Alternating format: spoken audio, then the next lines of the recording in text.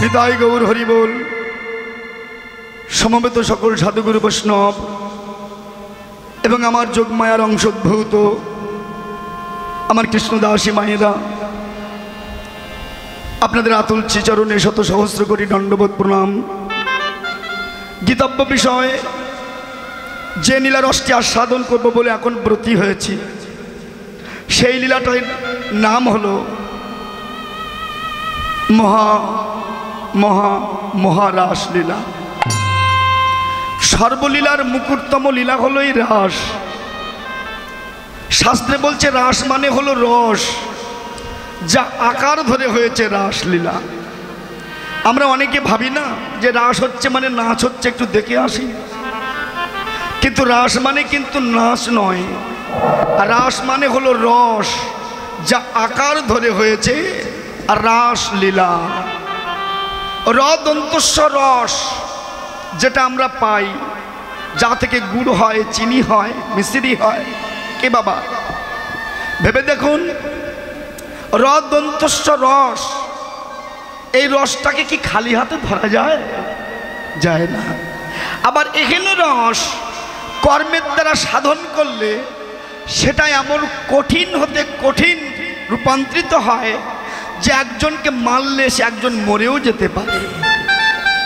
কি বাবা, তাহলে রসটা যখন আকারে পরিণত হয় তখন তারে রাস কয়।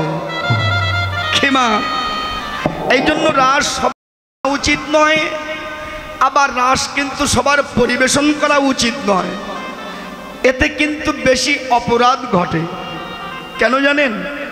কারণ আমরা রাসকে নাচের সঙ্গে গুলিয়ে ফেলেছি। এই জন্য ডক্টর মহানামব্রত ব্রহ্মচারীজি, যিনি ভাগবতকে 5খানা খণ্ড করেছেন, যারা পড়েছেন দেখবেন অপূর্ব লেখা। একেবারে বিদগ্ধ পণ্ডিত যিনি স্বামী বিবেকানন্দের পরে শিকাগো শহরে যে যিনি সনাতন ধর্মকে প্রচার প্রসার করেছিলেন, এত বড় বিদগ্ধ পণ্ডিত। তো তৎশিষ্যগণ একবার তিনি প্রশ্ন করেছিলেন বাবাজির কাছে, গুরুজি, আমরা এতধিকাল অনেক শাস্ত্র কথা আপনার বদনে শুনেছি, আজ আমাদের মনে বড় বাসনা যে আমরা একটু রসতত্ত্ব আপনার বদনে আস্বাদন করতে চাই। ডক্টর মহানামব্রত ব্রহ্মচারী তিনি বলেছিলেন, বাবা তোমরা শুনতে এলে বটে, কিন্তু আমি এখনো রাসের উপযুক্তই হয়নি।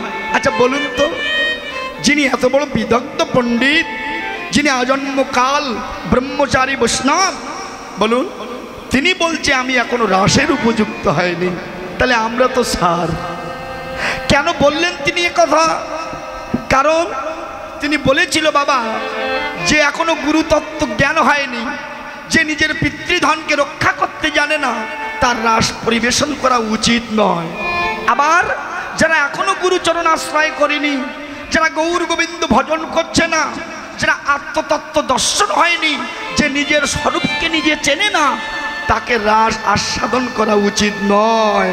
কারণ এতে মহাপাপ হবে। দেখেছেন? এই জন্য রাসের আর এক নাম হলো মদন সামন। মদন মানে কে গো? মদন মানে হলো কামদেব, আর সমন অর্থাৎ যুদ্ধ করা। কার সঙ্গে? কামদেবের সঙ্গে। মায়েরা কথাগুলো মন দিয়ে শোনো। জানি এই রাত্রে এই তত্ত্ব দর্শন করা বা শ্রবণ করার মানুষ খুব কম, এই জন্য এ সমস্ত কথা একটু মনোযোগ সহকারে শ্রবণ করা উচিত। আমরা কীর্তন করি, রস দিতে দিতে এমন রসে পৌঁছে গেছে যে অন্য অন্য ধর্মের কাছে, অন্য অন্য মানুষের কাছে, জাতির কাছে আমরা অবহেলার পাত্র হয়ে গেছি। এই জন্য শুধু কীর্তন দিলে হবে না, আমাদের উচিত আমাদের সমাজ গঠন করতে হবে। প্রত্যেক ঘরে ঘরে গীতা পাঠ দিতে হবে, প্রত্যেক ঘরে ঘরে ছেলে মেয়েদের উপযুক্ত শিক্ষা দিতে হবে, তবে আমার সনাতন ধর্ম বাঁচবে, না হলে বাঁচবে না। এই জন্য কথাগুলো মনোযোগ সহকারে শোনার খুব দরকার। কারণ এর ভিতরে যে আত্মতত্ত্ব আছে, এটা আস্বাদন করলে মানুষের চৈতন্য সত্তা জাগবে, আর চৈতন্য যার জাগবে সে নিজের স্বরূপকে নিজে চিনতে পারবে, আর যে নিজের স্বরূপকে চিনেছে সে ভগবানকে চিনেছে। দেখেছেন? এই জন্য প্রতিটা কথা তত্ত্ব সহকারে আস্বাদন করতে হয়। তাইতে কামদেব অর্থাৎ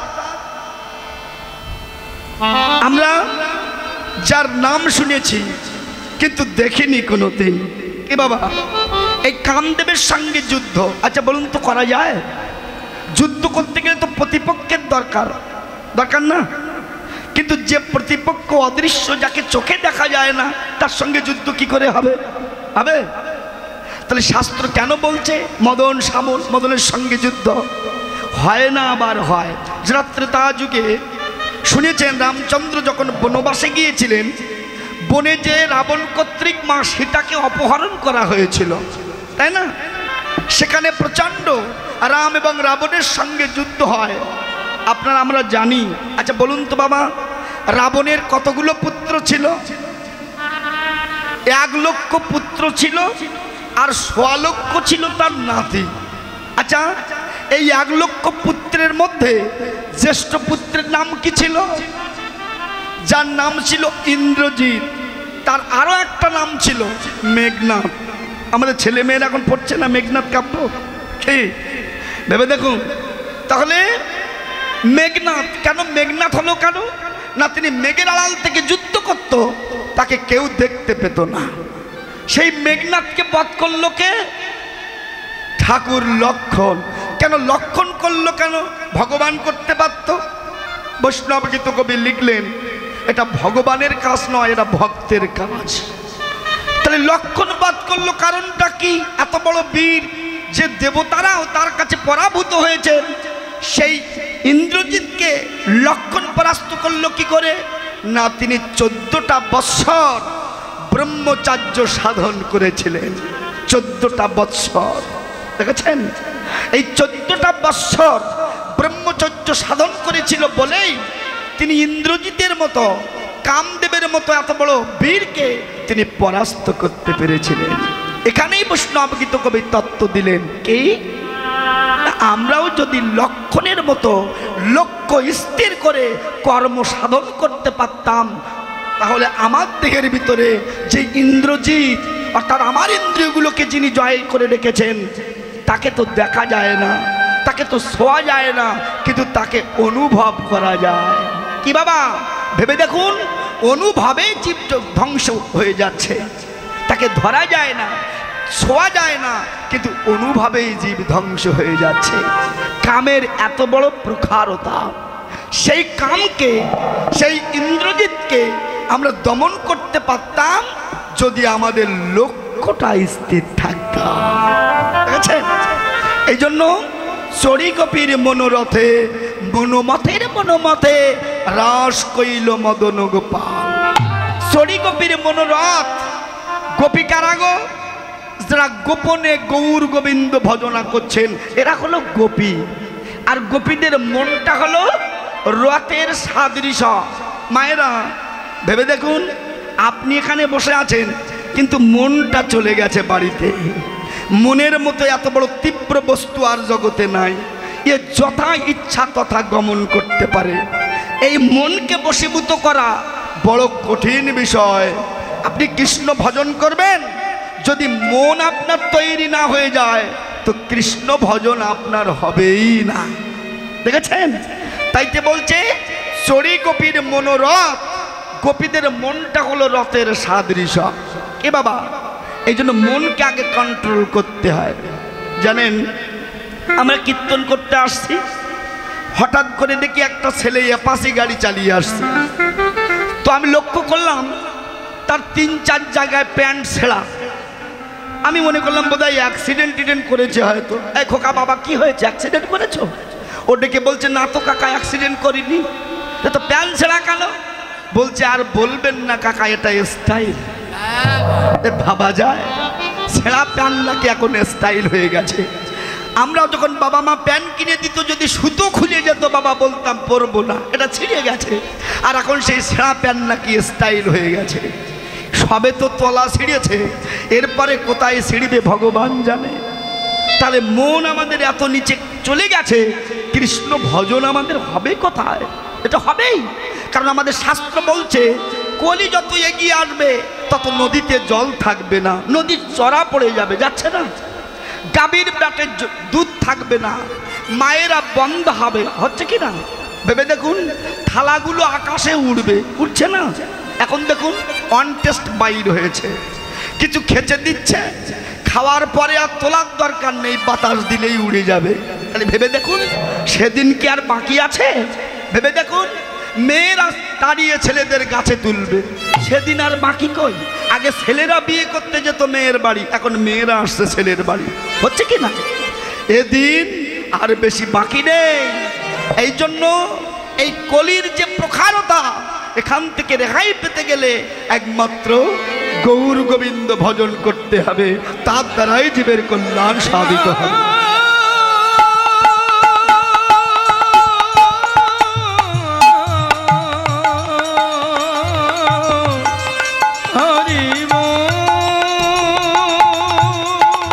তাইতে সরি গোপীর মনোরথে মনোমতের মনোমথে রাস কইল মদন গোপাল।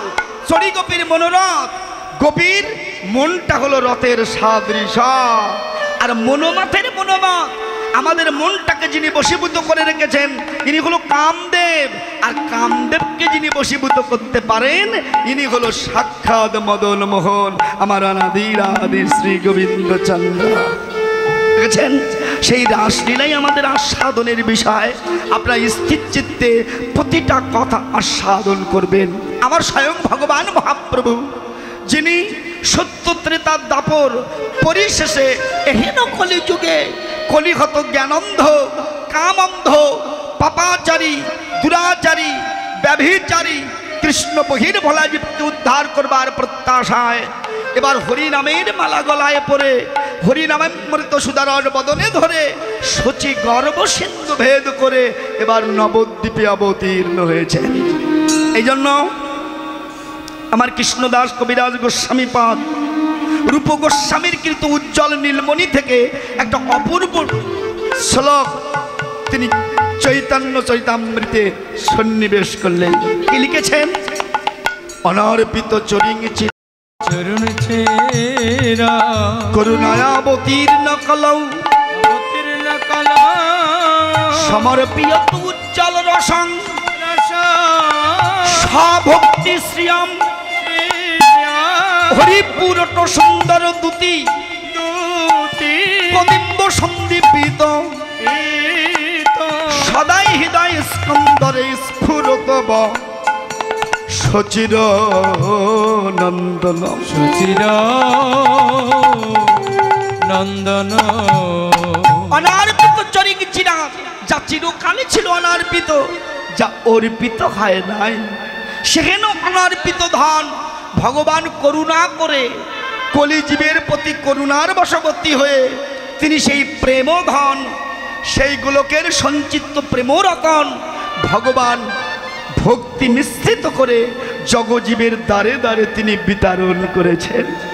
বলুন তো, এমন করুণাময় ভগবান আর কি জগতে হবে?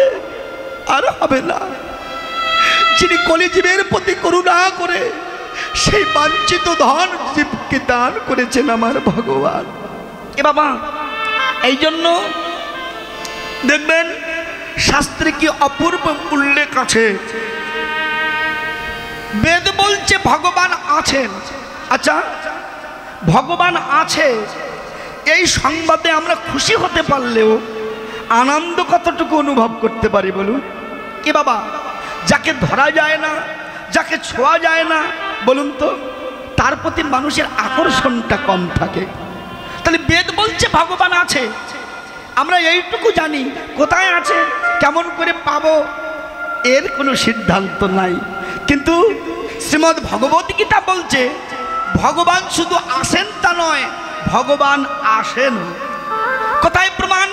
গীতায় লিখেছে, যদা যদা হি ধর্মস্য গ্লানি ভবতি ভারত অভ্যুত্থানং ধর্মস্য তদাত্মনম সৃজামহম পরিত্রাণায় সাধুনাং বিনাশায় চ দুষ্কৃতাম ধর্ম সংস্থাপনার্থায় সম্ভাবামি উগে উগে। তাহলে ভগবান শুধু আসেন তা নয়, ভগবান জীবের কারণে আসেন। যখনই সৃষ্টির প্রয়োজন হবে ভগবান জগতে আসতে বাধ্য। তাহলে গীতায় বলছে ভগবান আসেন, বেদ বলছে তিনি আছেন, কিন্তু চৈতন্য চৈতামৃত কি বলছে?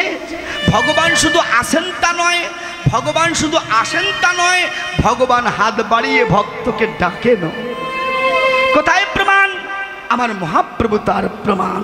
জানেন, মহাপ্রভু হরিনাম করতে করতে যাচ্ছে, হঠাৎ করে একজন রজক তিনি কাপড় কাচ্ছে নদীতে, রজককে জড়িয়ে ধরে বলছে, ভাই রজক, একবার বদনে একটু হরিনাম বলো, একটু কৃষ্ণ বলো, কি অযাচিত করুণা আমার ভগবানের, একটু হরিনাম করো। রজক ডেকে বলছে, ওগো সন্ন্যাসী, আমি যে হরিনাম বলবো আমার সময় কোথায়? কি বাবা, সত্যি বটে, এটাই হতো আমাদের সনাতন ধর্মের কাজ। দেখবেন আমরা অনেক কাজ করার সময় পাই, কিন্তু হরিনাম করবার সময় আমাদের নাই। ডান হাত, বাম হাত, মধ্যখানে একটা হাত, যার নাম অজুহাত। সকল কাদের মীমাংসা আছে, শেষ আছে, কিন্তু অজুহাতের কোনো শেষ নাই। আছে দেখবেন, কাজের বেলায় কোনো ফাঁকি নাই, কিন্তু হরিনাম করবার সময় যত অজুহাত দেখবেন। কিন্তু বলুন তো বাবা, আপনি রাস্তায় নেমেছেন, মাজায় খুব ব্যথা, পথ চলতে পারছেন না, হঠাৎ করে নেমে দেখেন 5 হাত ধরে 1000 টাকার নোট পড়ে আছে।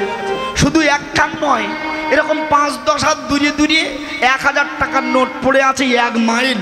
এখন কি করবেন আপনি? মাজায় তো ব্যথা, পথ চলতে পারছেন না, কি করবেন?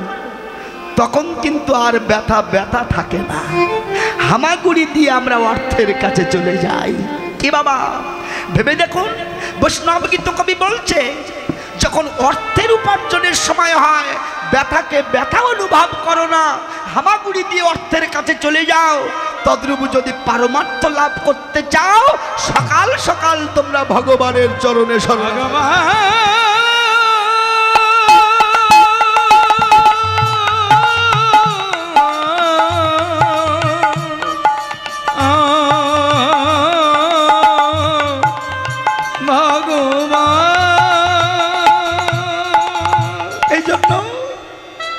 স্বয়ং ভগবান জীবের প্রতি করুণা করে সেই প্রেমধন দিয়েছেন ভগবান, দেখেছেন?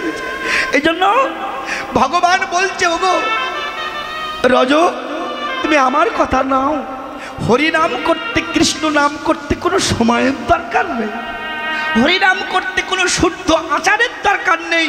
তুমি যে অবস্থায় যেখানে থাকো, শুধু বদনে একটু হরি বলো।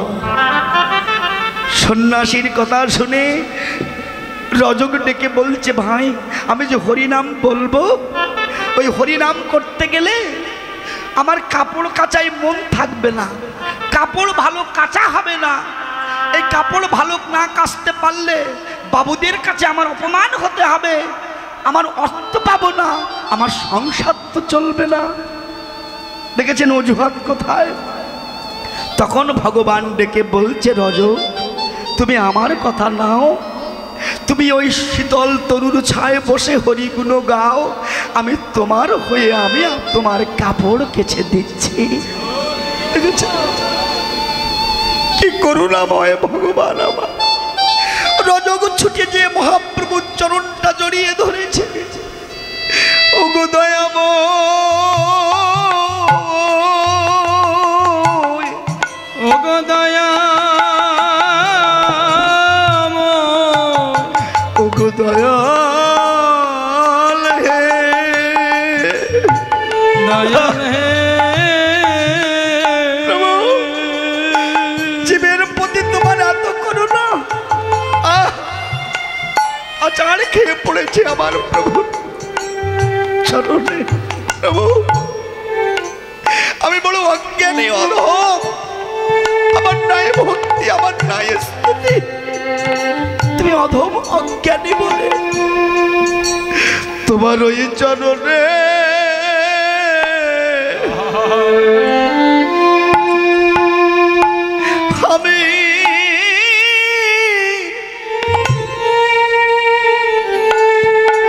আমি শরণ নিই।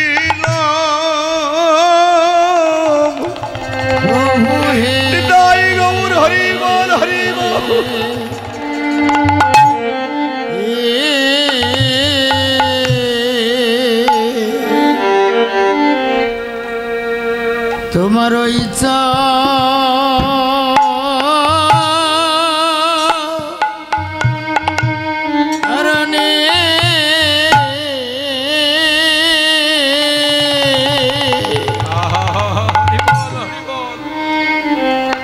আমি সারা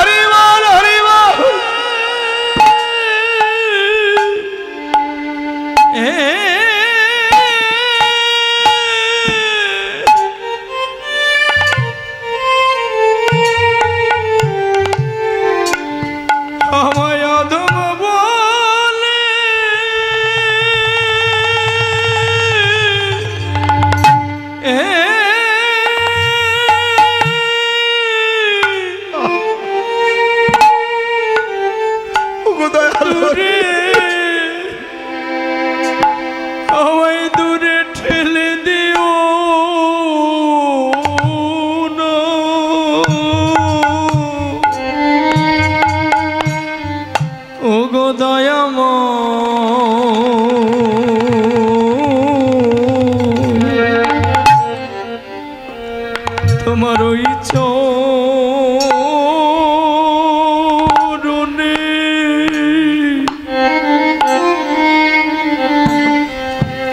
আমি সারা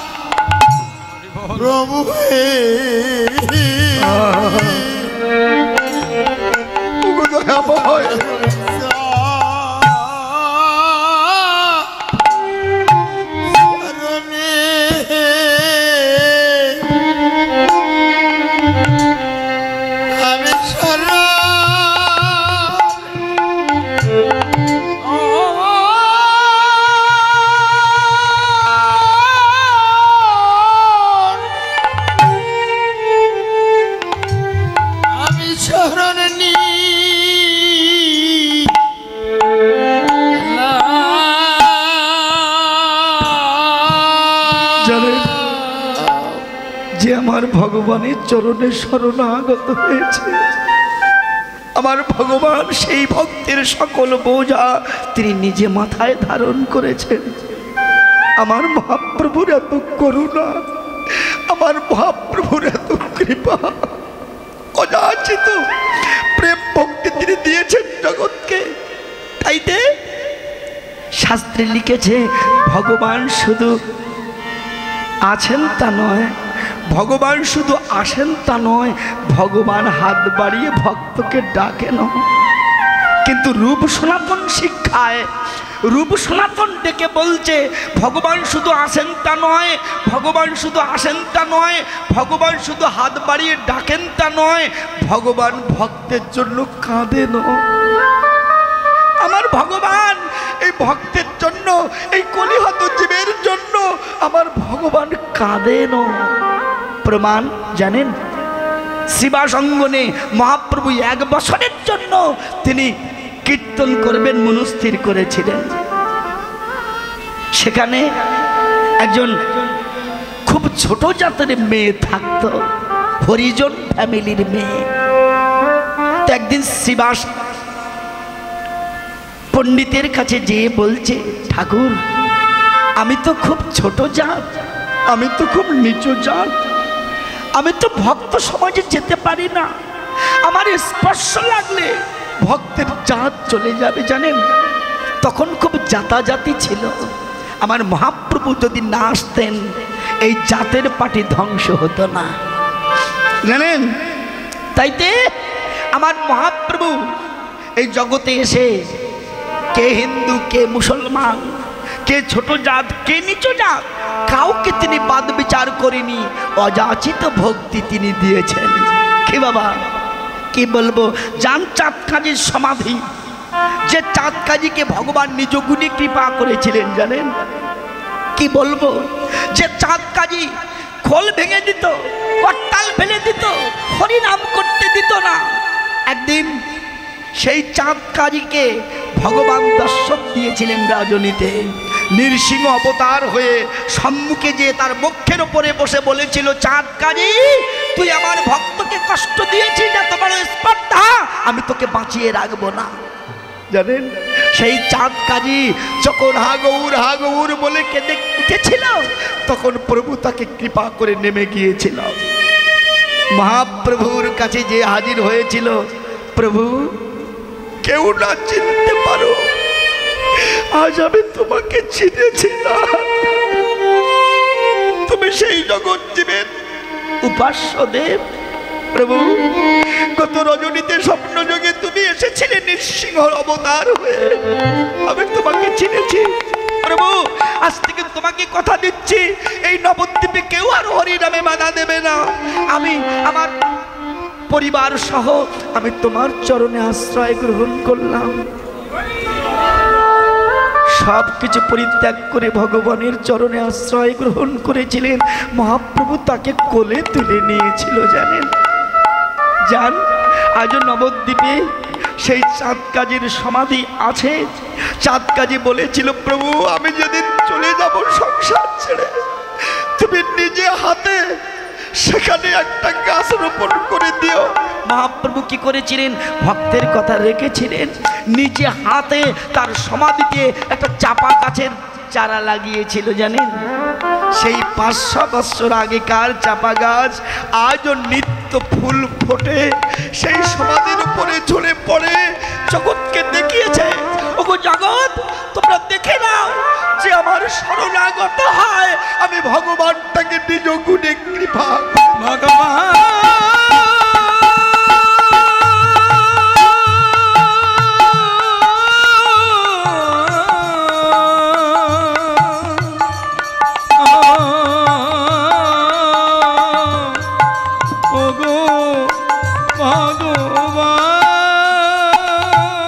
সেই ছোট্ট মেয়েটা একদিন শ্রীবাসকে ডেকে বলছে, ঠাকুর আমি তো ছোট জাত, আমি তো নিচু জাত, আমি তো সাধু সঙ্গে যাওয়ার অধিকার নাই, প্রভু তাই তোমার কাছে একটা ছোট্ট মিনতি। কি প্রভু, অনেক ভক্ত অনেক সাধুগুরু বৈষ্ণব তোমার গৃহে আসে, আমার মনে বড় ইচ্ছা তাদের চরণ দুখানি যদি একটু ধুয়ে নিতে পারতাম, আমার মনোবাসনা পূর্ণ হতো। আমার আমার সে ক্ষমতা তো নাই। ভগবান আমাকে এমন করে জন্ম দিয়েছে, আমার সে আশা কখনো পূর্ণ হবে না। তাই আমার বড় ইচ্ছা আমি প্রত্যেক দিন সেই সাধুগুরু বৈষ্ণবের চরণ ধৌত করার জলটুকু এনে দেবো। তুমি আমার হয়ে তুমি সাধুগুরু বৈষ্ণবের চরণ ধৌত করে নিও, তবে আমার মনোবাসনা পূর্ণ হবে। জানেন, প্রত্যেক দিন গঙ্গা থেকে জল এনে দেয়, সেই জলে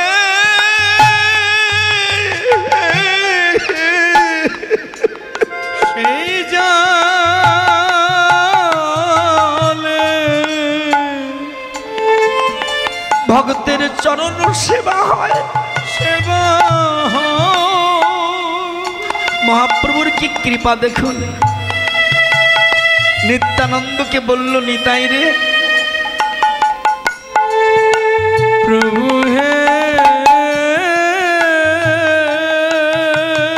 প্রত্যেক দিন শ্রীমান অঙ্গনে শত শত ভক্তের আগমন হয়। এই শত শত ভক্তের চরণ ধৌত করার জল শ্রীবাস পায় কোথায়? কত ভক্ত সবাই ব্যস্ত থাকে, তো জল তুলে কখন? মহাপ্রভু সব জানে, কিন্তু ভক্তের মহিমা প্রকাশ করবার জন্য মহাপ্রভুর এই লীলা।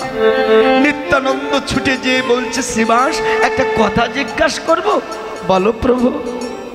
সত্যি বলবে তো? প্রভু, আমি কি কখনো তোমার কাছে মিথ্যা বলেছি?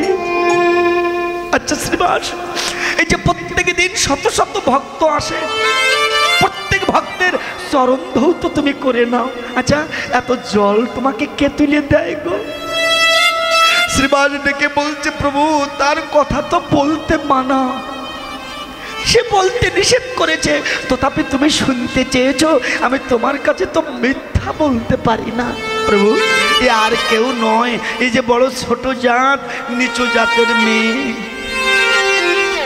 সে আর কেউ নয়, তার নাম দুঃখী। দুঃখী, আরে যে সাধু সেবায় যার এত ইচ্ছা, যে সাধুর চরণে এত ভক্তি, সে কখনো দুঃখী হতে পারে না। আচ্ছা কই সেই মেয়েটা? ওই যে কোনায় দাঁড়িয়ে আছে।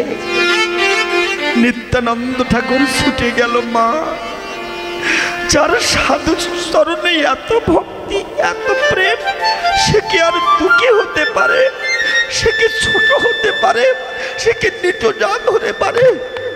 মা একবার আমার হৃদয়ে আয়, আমি তোকে জড়িয়ে ধরে আমার তাপিত প্রাণ আমি শীতল করি। মেয়েটা ছুটে বাইরে সরে গেছে। ঠাকুর, তুমি আমাকে স্পর্শ করো না, আমি যে ছোট জাত, ছোট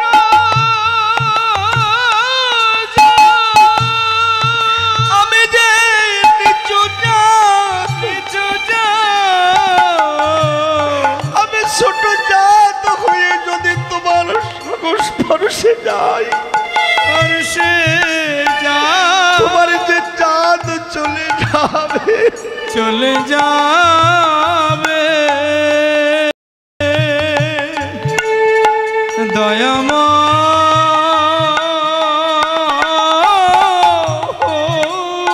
নিত্যানন্দ ঠাকুর বলছে, মারে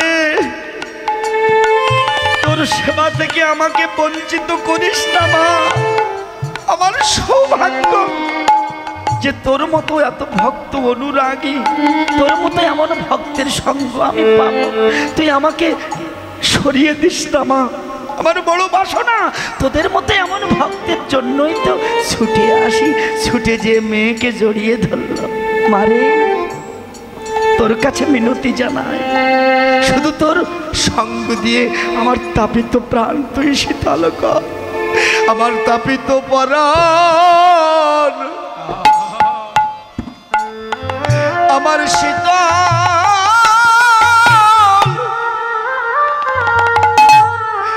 আমার শীতল হবে।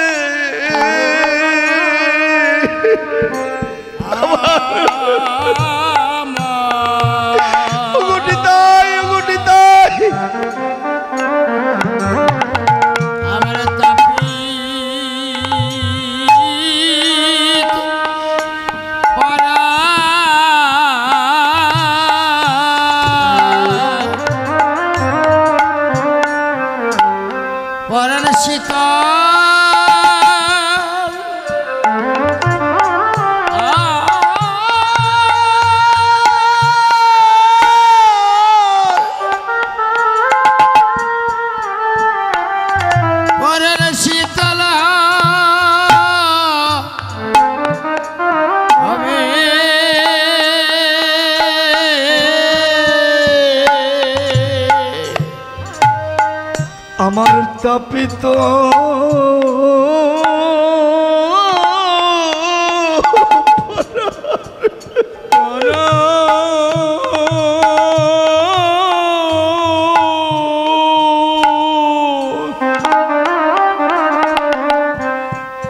আমার শীত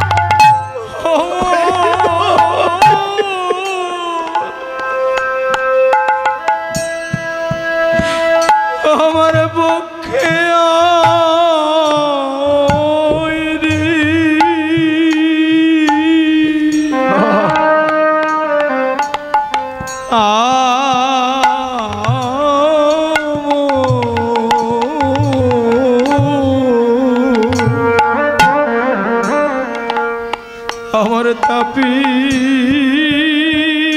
পরা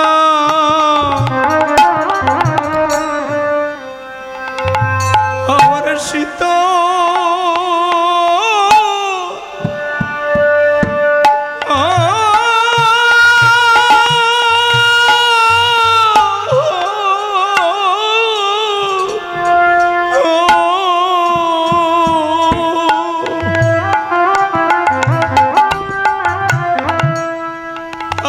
শীতল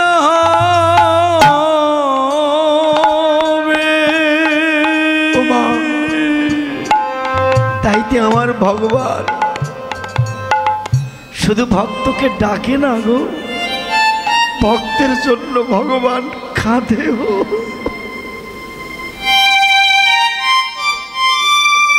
আমার মহাপ্রভুর অযাচিত করুণা দেখেছেন, তিনি নিজে আচার করে তিনি জগৎকে শিক্ষা দিয়ে গেছেন। আমার মহাপ্রভুর এত কৃপা। আরে তাইতে অধিক সম্পত্তি থাকলে হবে না, পাণ্ডিত্য থাকলে হবে না,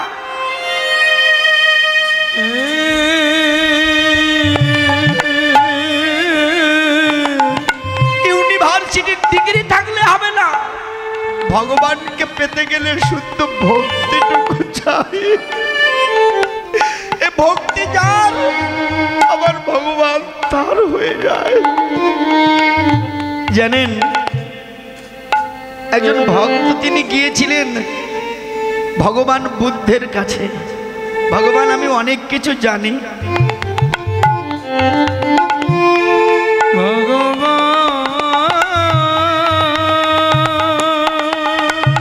তথাপি আমার মনে বড় বাসনা, আমি আরো কিছু জানতে চাই, কৃপা করে আপনার চরণে আমাকে স্থান দিন। ভগবান বুদ্ধ ডেকে বলল, বাবা আমার তখন সময় নেই, তুমি 1 মাস পরে এসো। তো 1 মাস পরে এসেছে। বাবা আমি অনেক কিছু জানি, আরো আমার অনেক কিছু জানার ইচ্ছা, কৃপা করে আপনার চরণে আমাকে স্থান দিন। ভগবান বুদ্ধ বলছে, বাবা আমার সময় নেই, তুমি আরো 1 মাস পরে এসো। ওই আরো 1 মাস পরে এসেছে। বাবা আমি অনেক কিছু জানি, আরো কিছু জানার ইচ্ছা, কৃপা করে আপনার চরণে আমাকে ঠাঁই দিন। বুদ্ধ ডেকে বলছে, এক কাজ করো, আমার তো সময় নেই, তুমি আরো 1 সপ্তাহ পরে এসো। ভক্তের রাগ হয়ে গেছে, আপনি আমাকে বারবার ঘুরাচ্ছেন, আপনার চরণে আমাকে ঠাঁই দেবেন না, ভালো কথা বলে দিন আমি আসবো না, বারবার ঘুরাচ্ছেন কেন? ভগবান বুদ্ধ বলছেন, বাবা রাগ হয়ে গেছে তোমার, আচ্ছা তুমি আমার একটা কাজ করে দেবে? বলছে হ্যাঁ কি কাজ? তুমি আমার জন্য 1 গ্লাস খাওয়ার জল আনো। এনেছে। এবারে গ্লাসটা নিয়ে বলছে, বাবা আরো 1 গ্লাস নিয়ে এসো। যখন আরো 1 গ্লাস এনেছে, বলছে এবার কি করবো, আর কোনো কাজ আছে? বলছে হ্যাঁ, ওই ভরা গ্লাসের জলটা এই ভরা গ্লাসে ঢেলে দাও। ভক্ত ডেকে বলছে, বাবা আপনার তো মাথা খারাপ হয়ে গেছে। কেন? একটা ভরা গ্লাসের জল যদি আর একটা ভরা গ্লাসে ঢেলে দিই তো জলটা তো নষ্ট হবে। আপনি তো খালি গ্লাস আনতে বলতে পারতেন, তাহলে তো আর নষ্ট হওয়ার ভয় থাকতো না। ভগবান বুদ্ধ ডেকে বলছে, বাবা তোমার প্রশ্নের উত্তর তুমি পেয়ে গেছো। ভেবে দেখো, একটা ভরা গ্লাসের জল যেমন আর একটা ভরা গ্লাসে ধরে না, তদ্রূপ তুমি বারবার বলছো আমি অনেক কিছু জানি, আমি অনেক কিছু জানি। অহংকারে পরিপূর্ণ তোমার হৃদয়, এই অহংকার পরিপূর্ণ হৃদয়ে আমি তোমাকে যতই ভক্তি অর্ঘ্য দান করি না কেন, কিছুই থাকবে না, সব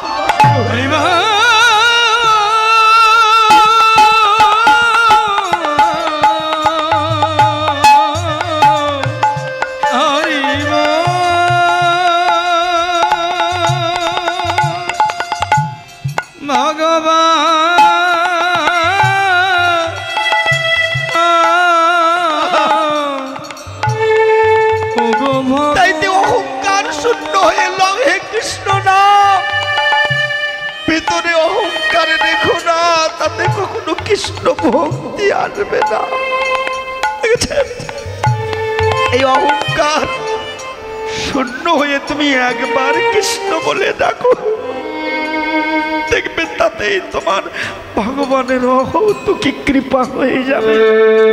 ভক্তি চাই, এই প্রেম চাই, এই অনুরাগ চাই, না হলে ভগবানকে পাওয়া যায় না।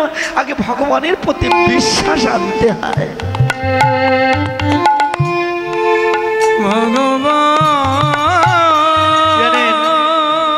এই ভক্তি এই বিশ্বাস যার, আমার ভগবান তার হয়ে যায়। কি বাবা আপনারা জানেন, ভগবানের নাম করতে যতটুকু সময়, ভগবান ভক্তকে পার করতে ততটুকু সময় নেয় না। এ বাবা জানেন, যখন মাধবের খেয়া ঘাটায় পৌঁছেছিলেন ভগবান রামচন্দ্র, জানেন মাধবকে ডেকে বলেছিল, মাধব তুমি আমায় পার করে দাও। মাধব ভগবানের কথা উপেক্ষা করে তিনি নদীর মধ্যখান দিয়ে তরি চালাচ্ছিলেন। লক্ষণের রাগ হয়েছিল, এত বড় স্পর্ধা তোমার, প্রভু বারবার তোমাকে ডাকছে, তুমি প্রভুর কথায় উপেক্ষা করছো, এত বড় স্পর্ধা তোমার।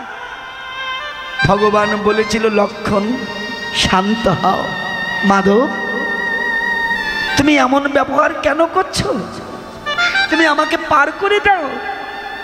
মাধব ডেকে বলেছিল, প্রভু তোমাকে একটা শিক্ষা দেবো বলেই আমি এমন ব্যবহার করছি। আমাকে শিক্ষা দিতে চাও? ভালো, বলো কি শিক্ষা দিতে চাও মাধব আমায়? দেখুন ভগবান কাকে বলে, কি শিক্ষা আমাকে দিতে চাও?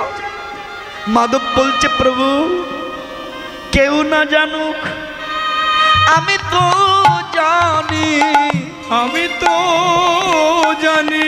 প্রভু কেউ না জানুক, আমি জানি। আমিও মাঝি, তুমিও মাঝি, তুমিও মাঝি। আমি এই জগৎ থেকে জগতের নদীর মাঝি, নদীর আর তুমি মাঝি, ওই ভব পারের মাঝি। ওগো দয়াময়, দয়াময়,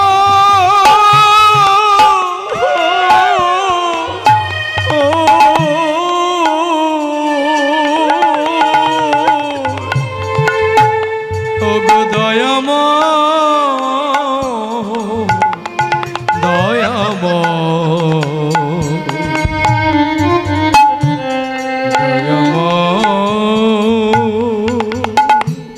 ভগবান আমিও মাঝি, তুমিও মাঝি। আমি এই জগৎ থেকে জগতের মাঝি, জগতের মাঝি, আর তুমি ওই ভব পারের মাঝি। পারের মাঝি। ভগবান এই দিনটার কথা তুমি স্মরণে রেখো, স্মরণে রেখো। আজ আমি তোমায় পার করছি না বলে, করছি না বলে ঠাকুর লক্ষণ আমার প্রতি ক্রোধ প্রদর্শন করছে, প্রদর্শন করছে। আজ তোমায় যেমন পার করতে বিলম্ব করছি, যেদিন আমি শেষের দিনে, শেষের দিনে সংসারের সকল মায়া ছিন্ন করে, ছিন্ন করে যেদিন তোমার পার ঘাটে যেয়ে দাঁড়াবো, যে ভগবান, সেদিন যেন আমার মতো তুমি আমাকে পার করতে বিলম্ব করো না, বিলম্ব করো না। ওগো দয়াময়, তোমার চরণে এই বিনতি, এই মিনতি,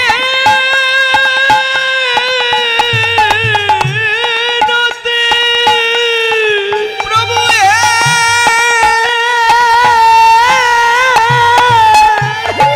প্রভু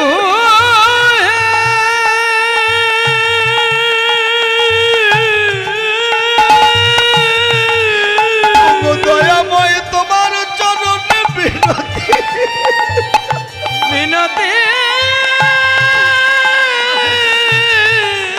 রাখি। সেদিন যেন তুমি আমার মতো আমায় পার করতে বিলম্ব করো না, বিলম্ব করো না। অধম পাতকী বলে তোমার চরণ ছাড়া যেন আমায় করে দিও না, করে দিও না। সেদিন নিজ গুণে পা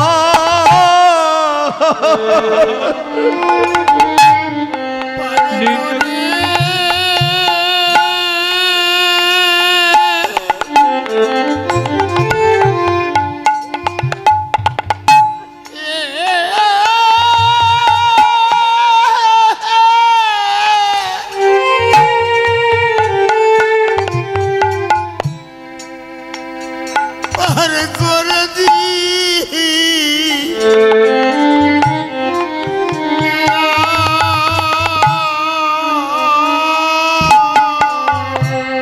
ওগো দয়াময়,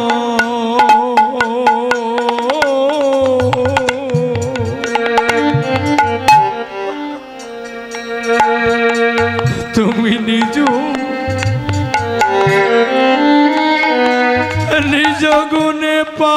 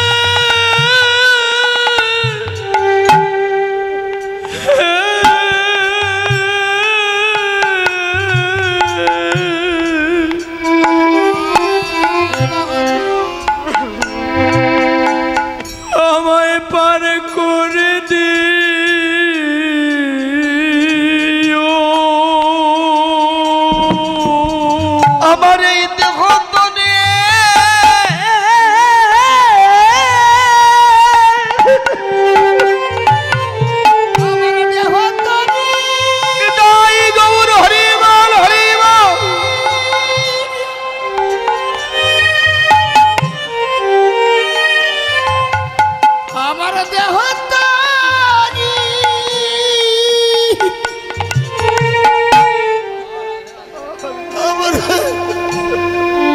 আমার দেহ তারি নাবিক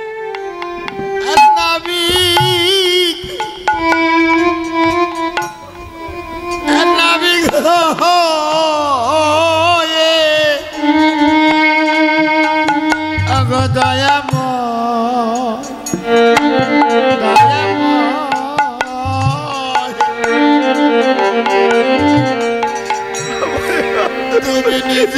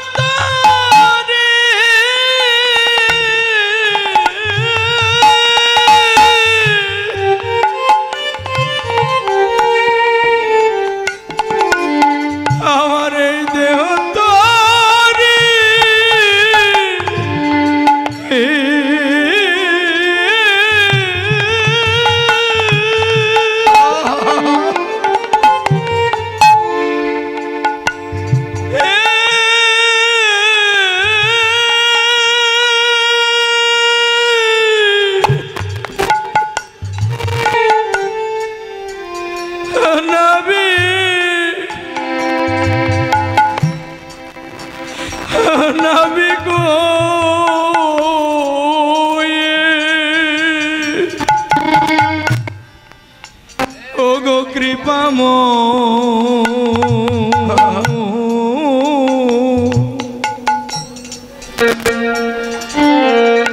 তুমি নিজ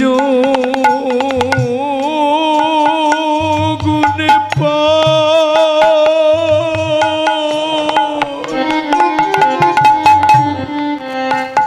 আমায় পারে করে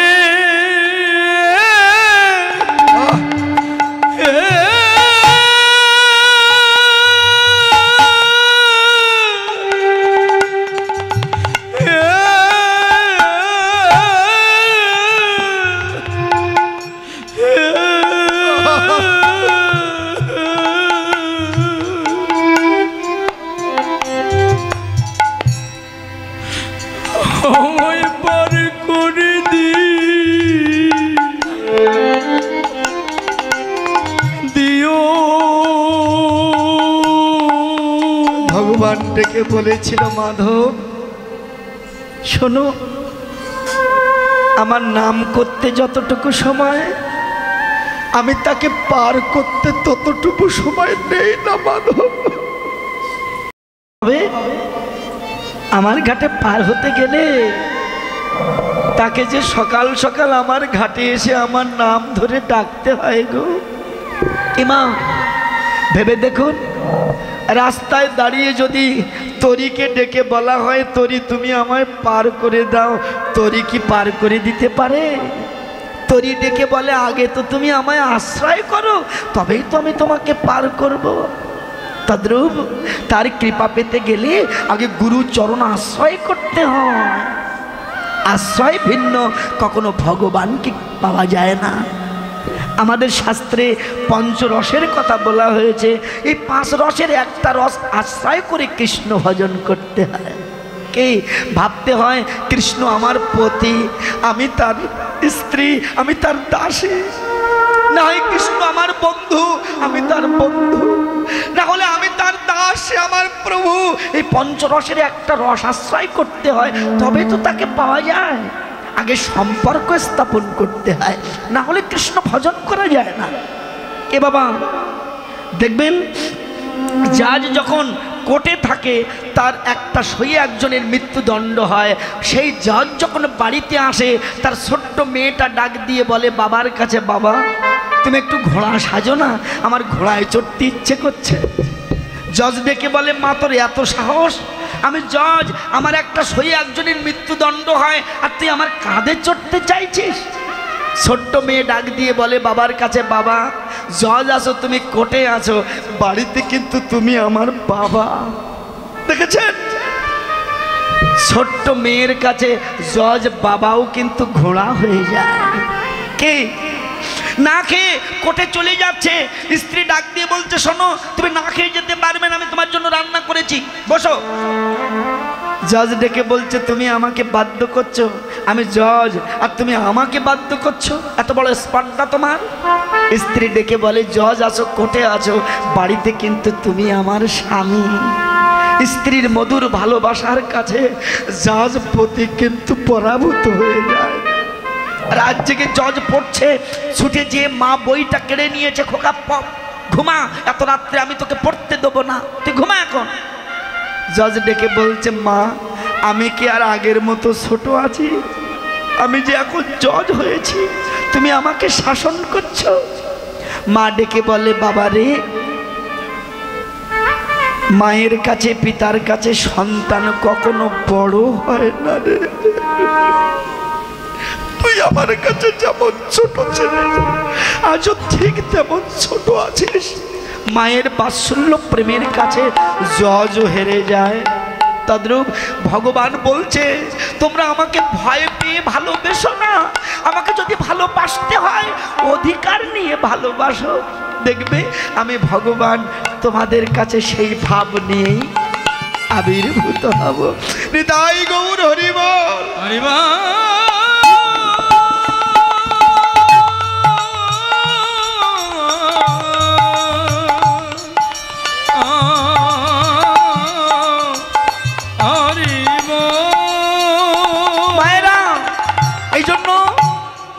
ভগবানের প্রতি সেই অধিকার আগে থাকা উচিত, তবে ভগবানকে পাওয়া যাবে, নাইলে নয়। আজকাল আমাদের সকল ভালোবাসা আমার সন্তানের জন্য, আমার স্ত্রীর জন্য, না হয় আমার পতির জন্য। ভগবানের প্রতি ভালোবাসা কোথায় আছে? সারাদিন ধুলা খেলা খেলে ছেলে যখন ঘরে আসে ফিরে, মা তার স্নেহের অঞ্চলে তার মুখটা মুছিয়ে দেয়, বাবারে তোর মুখে যে ধুলা পড়ে যায় মুছে দি। আচ্ছা, আপনার মন্দিরে ছোট্ট গোপাল একটা বিগ্রহ বসে আছে, কোনোদিন ভালোবেসে বলেছেন, গোপাল আয় তোর মুখে যে ধুলা পড়েছে একটু মুছে দি? বলেছি কোনোদিন? না। গোপালের প্রতি ভগবানের প্রতি ভক্তি নাই, যত ভক্তি সন্তানের উপরে। কিন্তু যে ভালোবাসা, যে প্রেম আমরা স্বর্গ থেকে পেয়েছিলাম ভগবানকে দেওয়ার জন্য, সেই প্রেম, সেই ভালোবাসা আর জগতে দিয়ে আজ আমরা নিঃস্ব হয়ে গেছি, রিক্ত হয়ে গেছি। বলুন বাবা, এ সংসারে আপনি আমি সুখী আছি? বুকে হাত দিয়ে বলুন তো। না, সংসার প্রতি পদে পদে মানুষকে কাঁদায়, দুঃখ দেয়। কি বাবা, যাদের জন্য এত কিছু করেছেন তারাই আপনাকে ঘরের বাহিরে বাহির করে দেবে। কে ভেবে দেখুন। আপনি আমি লেবু খাই, লেবুতে যখন রস থাকে একটু চাপ দিই, আবার যখন একটু কমে যায় একটু জোরে চাপ দিই। এমনিভাবে সকল রস যখন নিংড়ে খাওয়া হয়ে যায়, আঙুল ঢুকিয়ে চেপে চেপে তার রস আস্বাদন করি। যখন তার রসে পরিতৃপ্ত হয়ে খোসাটাকে বাইরে ফেলে দিয়ে আমরা চলে যাই, খোসা ডাক দিয়ে বলে, কিরে এতক্ষণ আমার রসে পরিতৃপ্ত হয়ে চলে যাচ্ছ, কিছু বলে গেলে না তো? আমরা কি বলি, শোনো যতক্ষণ তোমার রস ছিল ততক্ষণ প্রয়োজন ছিল, এখন তোমার রসও নাই আর তোমার প্রয়োজনও নাই। এটাই হলো সংসার। আপনাকে নিংড়ে নিংড়ে নেবে, দিতে দিতে যখন আপনি আর দিতে পারবেন না, ওই খোসার মতো আপনাকে বাইরে ফেলে দেবে। কি বাবা, শঙ্করাচার্য এই জন্য বলেছেন, যতদিন করে জীব ধন উপার্জন, ততদিন থাকে বসে নিজ পরিজন, অতঃপরে বৃদ্ধ হয়, জীর্ণ হয় দেহ। ডেকেও জিজ্ঞাসা ঘরে না করা হে কেহ, বাবা তুমি কেমন আছো? মা তুমি কেমন আছো? সেদিন কেউ কারো কথায় আর মনে রাখে না, জঞ্জালের মতো ঘর থেকে বাহির করে দেয়। কিন্তু যাকে কিছু দিলে না, যাকে ঘরের এক কোণে ফেলে রাখলে, সেই আপনার শেষের দিনের বান্ধব হবে। কিবা এজন্য সকাল থাকতে, সময় থাকতে, যৌবন থাকতে, রস থাকতে থাকতে তার চরণে শরণাগত হতে হয়। দেখেছেন? তাই তো সেই করুণাময় ভগবান আজ করুণা করে নদীয়ার মাঝে অবতীর্ণ হয়েছেন। তাই তো সুরধ্বনি গঙ্গাকে তিনি আজ যমুনা মনে করেছে, উচ্চ স্বরে ডাকছে, যমুনা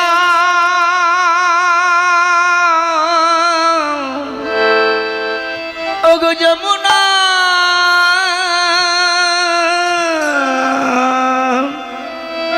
তুমি বলো, তুমি বলো, বলো এই কি তুমি সেই যমুনার প্রবাহিনী উজান চলো,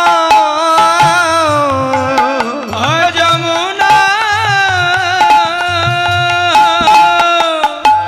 বলো বলো বলো বলো কি তুমি সেই যমুনা প্রবাহিনী উজানে চালো যমুনা। যার বিশাল পক্ষে এই প্রেমের হাটে বিকায়িত নীল কান্ত মনে, বিশাল বক্ষে এই প্রেমের হাটে বিকায়িত নীলকান্ত মনি। যার বিশাল পক্ষে প্রেমের হাটে বিকায়িত নীল কান্ত মনি, বিশাল বক্ষে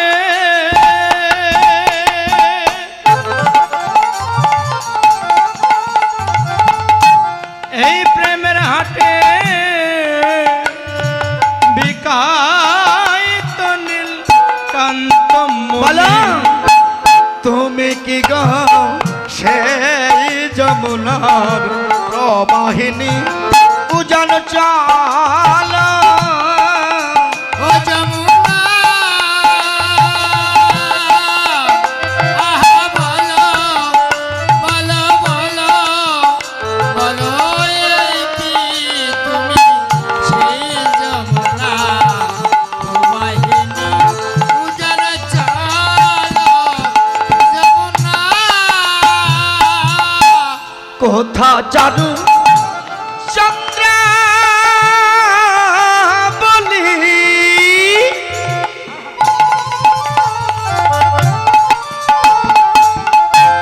কোথা বসেই জলকেলি,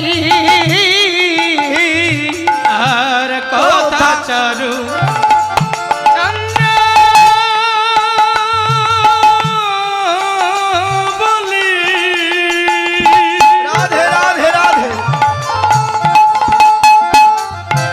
কথা ভাসে জলকেলি,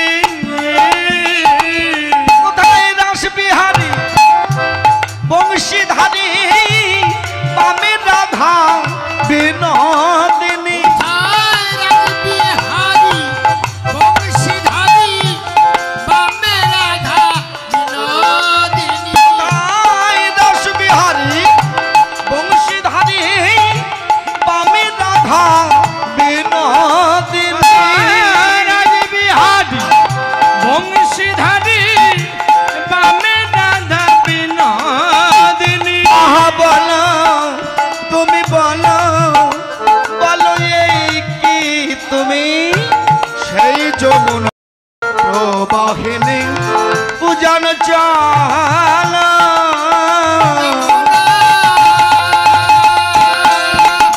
আহা বলো বলো বলো বলো এই কি তুমি সেই যমুনা প্রবাহিনী উজান চলো যমুনা। যমুনা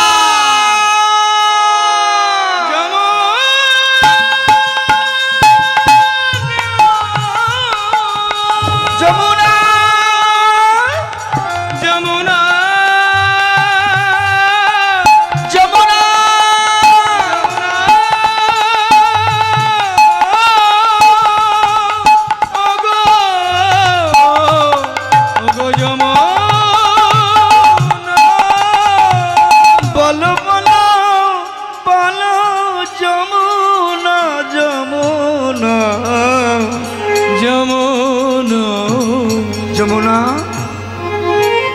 তুমি কি আমার আমার আমার আমার যমুনা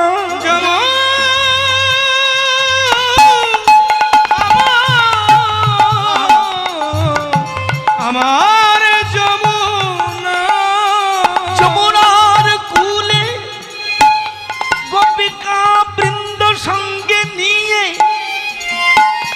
আমি যে রাজ করেছিলাম কোথায় কোথায় কোথায় কোথায় আমার সেই যমুনা আমার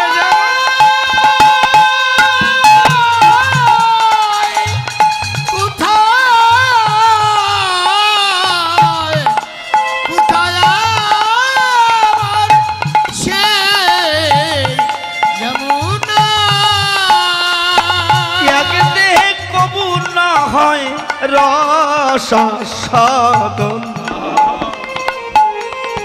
এ কারণে প্রভু করলেন তুই তুই দেহ ধারণ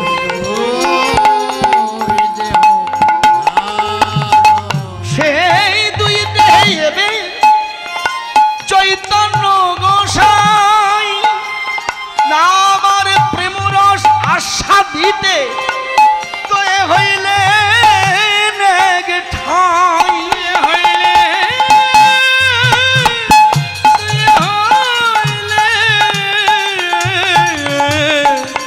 হইলে না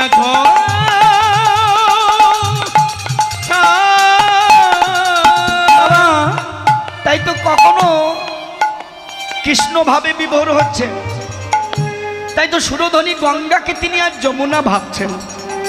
আসলে বহিরঙ্গের কথা নয়, এগুলো সবই অন্তরঙ্গের কথা। এ বাবা, যেই গৌর সেই কৃষ্ণ, ভাষা ভেদে দুই, কিন্তু তত্ত্বটা তো একই বস্তু। একই বস্তু, একই বিন্দুর উপরে সমস্ত বিশ্ব ব্রহ্মাণ্ডটাই চলছে। কি বাবা, আমরা বুঝি না। ভাবুন তাহলে যে কৃষ্ণ আজ সেই গৌর। ভেবে দেখুন, সুরধনী গঙ্গাকে তিনি আজ যমুনা ভেবেছেন। এটা বহিরঙ্গের কথা নয়। আমার দেহটা 3.5 কোটি নারী দিয়ে আবদ্ধ আছে। এর মধ্যে 72,000 নারী হলো প্রধান। আবার এই 72,000 নারীর মধ্যে 13 নারী হলো প্রধান। আবার 13 নারীর মধ্যে 3খানা নারী প্রধান, যার নাম ইড়া, পিঙ্গলা, সুষমা, যার নাম গঙ্গা, যমুনা, সরস্বতী। ইড়া, পিঙ্গলা আর মধ্যখানে সুষমা, যেটা একেবারে সহস্রদল পদ্ম ভেদ করে, মেরুদণ্ডের হাড় ভেদ করে একেবারে লিঙ্গমূলে চলে গেছে।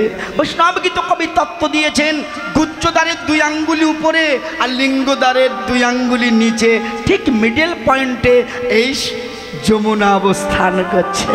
বাবা, তার তীরবর্তী আমার স্বয়ং ভগবান দাঁড়িয়ে আছেন। সুরধনী গঙ্গা ভেবে গঙ্গাকে আজ যমুনা মনে করেছেন।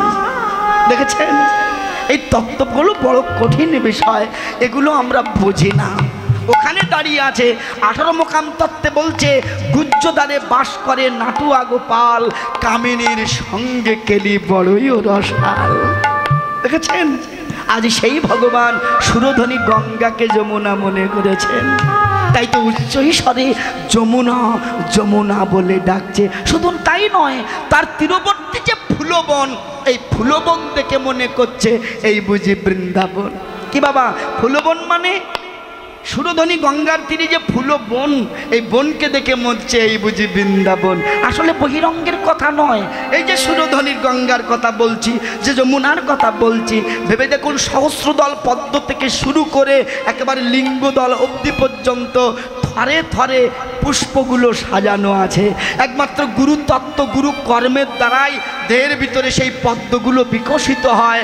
আর সেই পদ্মের গন্ধ যখন উদ্ভাসিত হয় এই দেহ বৃন্দাবন, তখন যত দূরেই ভগবান থাকুক না কেন, ভক্তের সেই মধু আস্বাদনের তরে ভক্তের হৃদয় মন্দিরে ভগবান ছুটে আসে।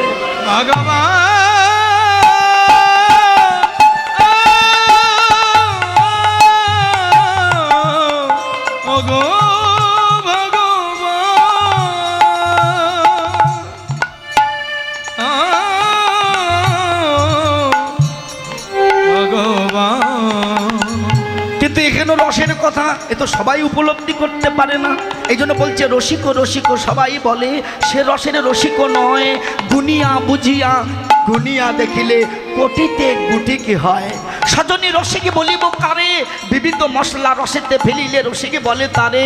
রসে পরিপাটি সুবর্ণের ঘটি সম্মুখে পুরিয়া রাখি, খাইতে খাইতে পেট না ভরিবে তাহাতে ডুবিয়া থাকি। সেই সুদা রস দিবস ভর্জনী অঞ্জলি পড়িয়া খাই, খরচ করিলে দ্বিগুণ বাড়ায় উসলাইয়া পড়িয়া যায়। এই জন্য এখানে রসতত্ত্ব এ বোঝা বড় কঠিন বিষয়। এই জন্য রসতত্ত্ব না জানিলে রসিক বলে না দেহের মধ্যে পঞ্চরসের ভাণ্ড আছে, তুমি সন্ধান করলে না। পঞ্চরসের ভাণ্ড আছে তোমার দেহের ভিতরে, টক ঝাল নোনতা তিত মিষ্ট রূপ ধরে যারা রসের ভিয়ান করে।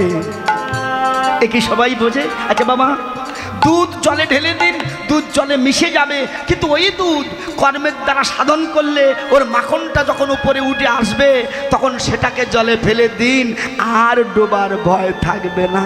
তদ্রূপ সাধক কর্মের দ্বারা একবার যখন উঠে যায়, ভগবান কর্ষণকর্তা তাকে আকর্ষণ করে কাছে টেনে নেয়, দেখেছেন? কিন্তু সেই অবধি ওঠা এ বড় কঠিন তপস্যা, এই সাধনটা আগে জানতে হয়, দেখেছেন? এই জন্য মন দিয়ে কথাগুলো আমাদের শুনতে হবে। তাই তো ফুলবন দেখি বৃন্দাবনের সমান, ফুলবন বন বন দেখে বৃন্দা।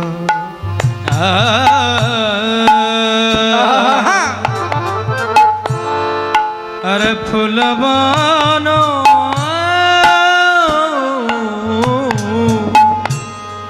দেখি। রাধে রাধে। আজকে সত্যি বড় ভালো লাগছে জানেন, যে এত সুন্দর বৃন্দাবন আমার দাদারা তৈরি করেছে। আমার দাদা কিরণ দাদা, অরুণ দাদা, যারা আমার এই দাদারা, সত্যি আমি অনেক দিন আসি না, একমাত্র দাদাদের করুণার দ্বারা কৃপার দ্বারা আবার আপনাদের মতো ভক্তদের চরণ পাওয়ার সৌভাগ্য আমার হয়েছে। দাদা, আমার দাদারা কি এসছেন সবাই এখানে? তো যখন দাদারা আসবেন একটু আমাকে সংকেত দিয়েন, হ্যাঁ? তো আমার সেই দাদাদের জন্য আমি আপনাদের কাছে একটু আশীর্বাদ চাইবো, দাদারা আসুক, তারপর আপনাদের সম্মুখে দাদাদের ডাকবো আমরা। যাই হোক, আমরা একটু কীর্তন আস্বাদন করি। এবার রসের কথা। ফুলবন বন দেখি বৃন্দা, ফুলবন দেখি। একটু ভিতর থেকে চিন্তা করতে হবে। বৃন্দাবনে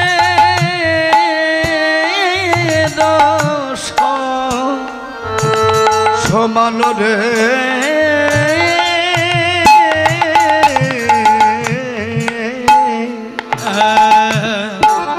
ফুলবন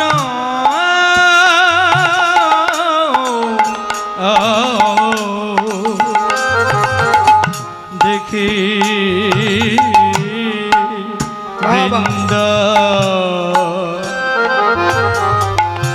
বৃন্দাবনে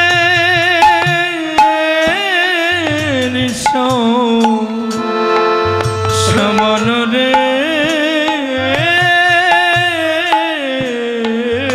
আহা সহচর সহচার,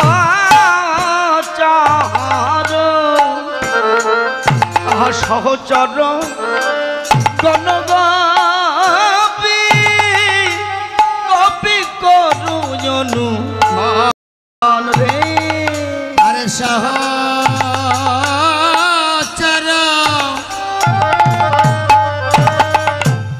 সহচর গণগাপি করিয়ানো আলো রে। ফুলবন দেখি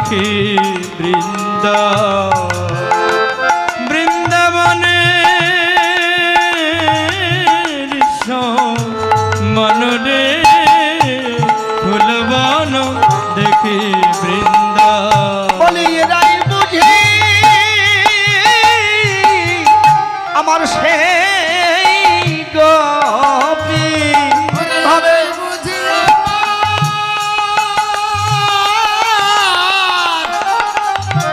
সেই গোপী আমি যাদের নিয়ে রস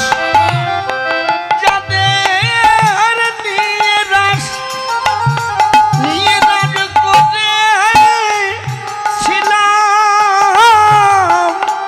ভাবে এরাই বুঝি আমার সেই গোপী আমি যাদের নিয়ে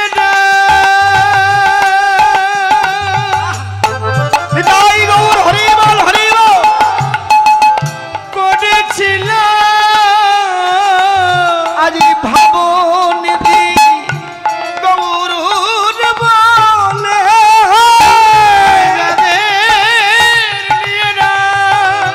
করেছিল ভাবনিধি গৌর বলে আর পুরবের ভাবে বিবর হয়ে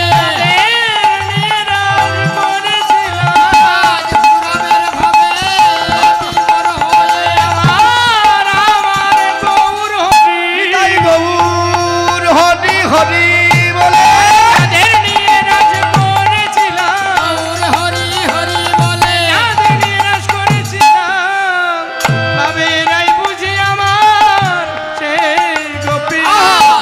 সহচর গঙ্গা গোপী করিয়নো মানরে ফুলবন বৃন্দাবনে মানরে ফুলবন একই মায়েরা ফুলবন দেখি বৃন্দাবনেরও সমান আর সহচর গণ গোপী করু অনুমান হৃদয় গৌর হরিবল আমার দাদা কিছু অর্থ দান করেছেন আমি ভগবানের কাছে কৃপা করি বা আশীর্বাদ করি যেন কৃষ্ণ ভক্তি হয় আপনারা আমার দাদার জন্য আশীর্বাদ করবেন এবং এখানে যারা রাত জেগে এত কষ্ট করে হরিনাম সাধন করছেন আমি সবাইয়ের জন্য ভগবানের কাছে করজোড়ে মিনতি জানাই যেন সবার কৃষ্ণ ভক্তি হয় তাই গৌর হরিবল হরিবল তাহলে সহচর গণ গোপী করু অনুমান এই সহচর কারা এরা বাইরের কেউ নয় সবই আমার দেহের ভিতরে কারা গো না ষড়রিপু দশ ইন্দ্রিয় যারা আমার ঘরে বাস করে আমার খায় আমার পরে আর আমার সঙ্গে শত্রুতা করে গুরুর কৃপায় যদি সেই ষড়রিপুকে বশীভূত করা যায় তবে সেই ষড়রিপু একদিন ষড়গোসাই হবে আর তারাই ভজনের রাস্তাটা দেখিয়ে দেবে দেখেছেন তাই তো মহাপ্রভু সেই সহচরগণ বৃন্দ সঙ্গে নিয়ে মনের আনন্দে নৃত্য গীত করছেন খোল কর তাল গোরা আজ সোমেলু করিয়া খোল করো তালে গোরা সুমেল করিয়া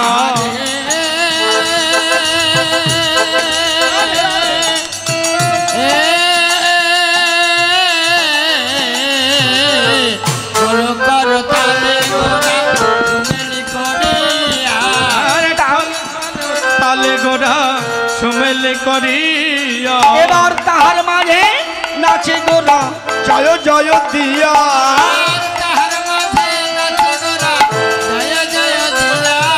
আর তাহার মাঝে নাচে গোরা জয় জয় দিয়া আমার গৌরঙ্গ নাচে রে